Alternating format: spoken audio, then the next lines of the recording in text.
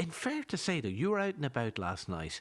You weren't impressed. In fact, you were kind of alarmed at what you saw on the streets last night. It's the first time, Shane, that I would have stayed in this part of the city centre. So I was staying very close to Grafton Street, Bagot Street, around the part of the city that would be described as the most salubrious, if I could put it that way.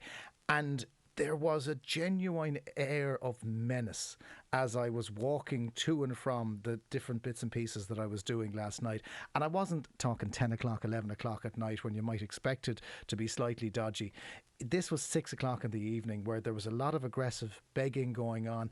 It just felt off. And I know Dublin is a big city, and I know you're going to meet lots of different characters, and I was a crime reporter in the city for a long time. I lived in Dublin for a long time, so I have a benchmark on this. I'm not just a Jackeen coming up from the country criticising our capital, but when I compare Cork City Centre, where there's been so much investment over the course of the last 2 years, where there's a lot of emphasis on outdoor dining, outdoor living, really. I just thought Dublin last night had lost an awful lot of what I would have enjoyed about going out in Dublin previously. It was never without its problems, but those problems seem to have been massively amplified.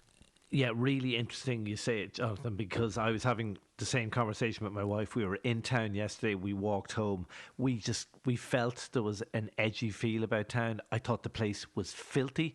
I don't know, and maybe I'm wrong, and I'm open to correction from Dublin City Council to this, and actually we should get Dublin City Council on to talk about this, but it seems to me that the ghost has been given up in relation to cleaning the streets. The streets were filthy. We were talking about dog poo earlier. There was some streets where we were on our toes tiptoeing around the dog poo. But there is that air of intimidation. There is a slight air of menace, and it's kind of been like that since COVID.